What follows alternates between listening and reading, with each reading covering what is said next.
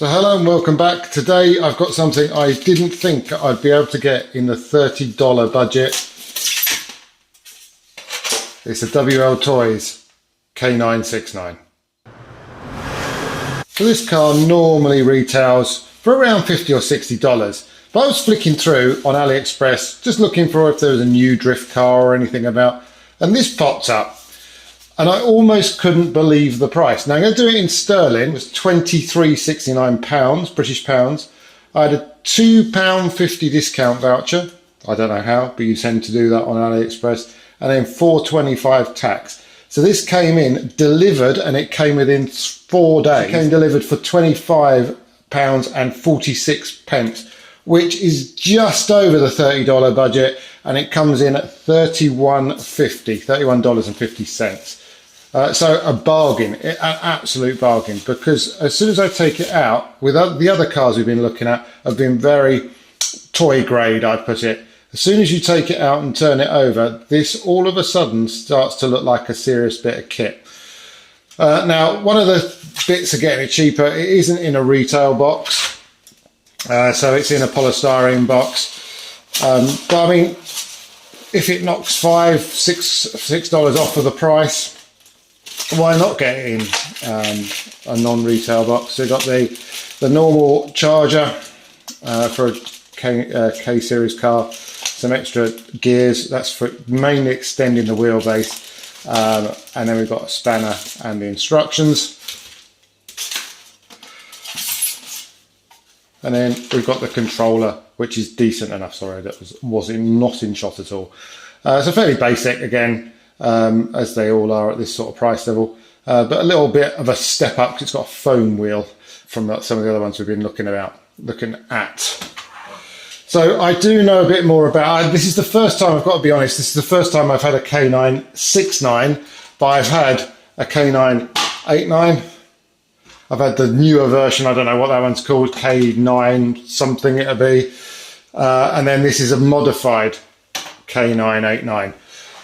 So it's a really good way of getting into the hobby. It's going to be interesting to see what these are like out of the box, because a lot of people will buy the K989 and then upgrade it, something like that, and end up spending a fortune upgrading it, so it's a little bit different. I'll just show you under this one because you're going to ask. I know you're going to ask me. So this is a modified K989 for drifting.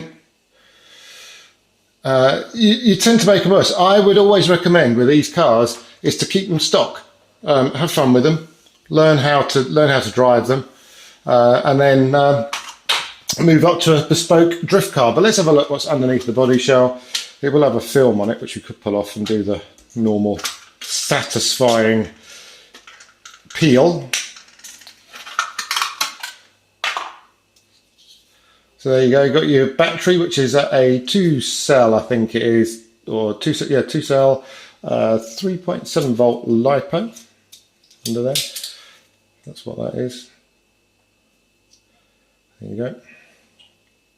There's the specs on the back of it. 10.4 volts, 4 milliamp LiPo. So it's got an all-in-one receiver there, and they do actually come with a 3-wire servo. So you can actually upgrade the servo, and you can also put an inline gyro in. I think first of all, one of them I put a gyro up the back there, which you can do if you want to do that. A lot of people will change this to 2-wheel drive, so they would take the front drive shafts out, or front drive train out, or the 4x4 bit, and make it into 2-wheel drive to try and get it stiff. But if you do that, you do need to put a gyro in. If you do go 2-wheel drive, you 100% need to put a gyro in. 4-wheel drive, not so much. You can get away, you can have a bit of fun without having a gyro in it. What else do we need to say? So the one thing they're always a bit tight, these out of the box. So one thing I would recommend if you do get one of these K989 or 69 is just to back off the wheel nuts, because they do tend to do them up really tight. That will help. You can hear it's all tight. That will improve when it runs. But I would also again suggest for these, because they are all plastic. There's no metal gears apart from the main pinion there. They're all plastic, so I would recommend just giving them a little run, a little gentle run in before you sort of drive them in anger. Another little trick with these is you can see the servo. If I can see if I focus in this, you've got the servo there. It's got a second hole. So a really quick mod on these cars is just to take that out and put it into the top. I've got my finger right in the way. Is to take that bolt out, or that it's like a ball joint out, and put it into the top hole that's empty, and you'll get more steering angle. And we'll do that in a sec. We'll do that off camera in a second and show you when we come back. But I think what we'll do is we will put the battery on charge and then give it a run. A little longer than a few minutes later. So we're back. That didn't take very long, really. I think they come semi-charged, or they come with a little bit of charge in them. I've routed it slightly differently, so I've put in with the cables coming out the back. I've put the balance plug under. That's the one you charge it with. And if you've got a balance charger, you would use both plugs. But that's underneath the battery strap. And then I've put the wire underneath the battery strap there. Now that's to keep it away from the front steering. And also I've made sure that it's quite tight at the back, actually. I couldn't remember it being that tight, but I've made sure that the cables, it's not focusing because my finger's in the way, aren't touching the rear gear there. I've also done the servo, so you can see now that hopefully it will focus on that. There you go. It's on the top hole. That is a little tiny screw. So because I've got the tools from like the 3 behind you, what I did is I put a screw in through the wishbone like that into the screw of the servo, undid it, and then tilted it down and then put it into the top hole. It's a little bit fiddly, but anything of this scale is, so that's giving us a little bit more steering.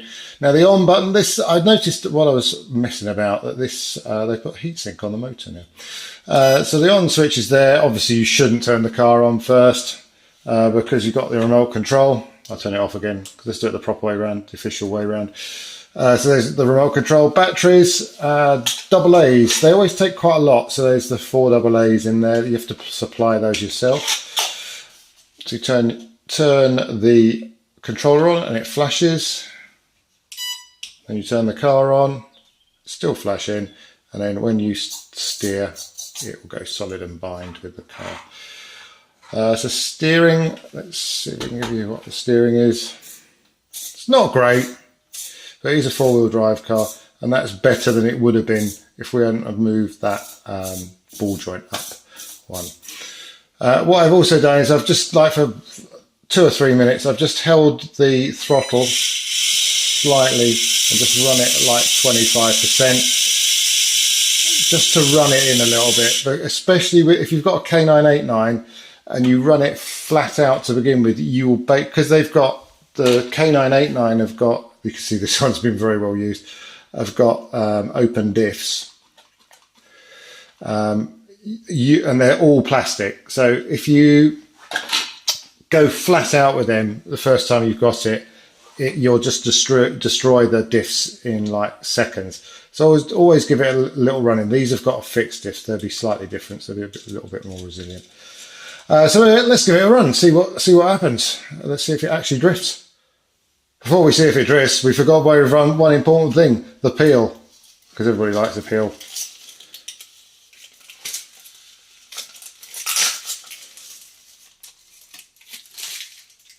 Nice and shiny.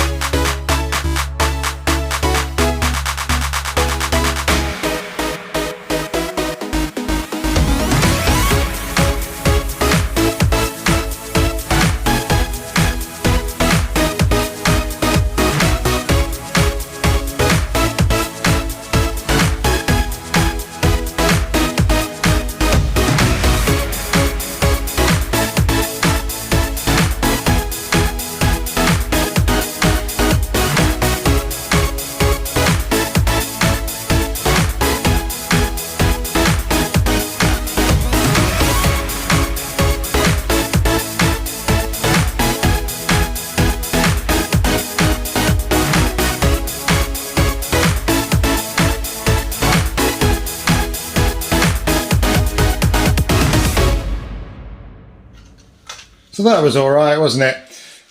Much better, much better. You can actually drive it, you know, from what we've been looking at in the past, like a million times better. And if you could make a couple of changes to it, it would make it even better. Faster servo would be nice, a little bit better servo. One thing over the other ones that I've got, the previous versions of the car that I've got, on the radio, it's got steering trim, which is normal, so you can adjust the trim on the steering. But it hasn't got a throttle trim, which I would like, because I'd like to put, because the throttle doesn't come in. So if you see that there, like that's whining because it's a bit tight still. So it doesn't actually start moving until about halfway. So I would adjust the throttle trim if it was possible, just to give it a bit more kick. It's got a dual rate, so you can turn the throttle dual rate up and down. But when you're drifting or sliding, because people are going to say it's four-wheel drive, so it's not a drifter. But if you think about it, Ken Block didn't think he wasn't drifting in a four-wheel drive Ford. Anyway, the dual rate you want high because you want to flick the back around. So, you know, if you've got kids, obviously you can turn it right down.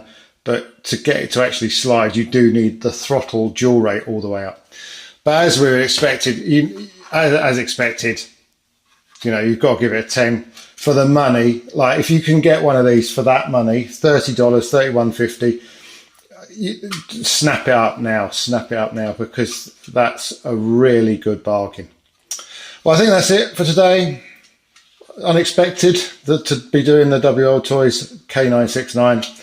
But thanks for watching, and we'll see you again soon.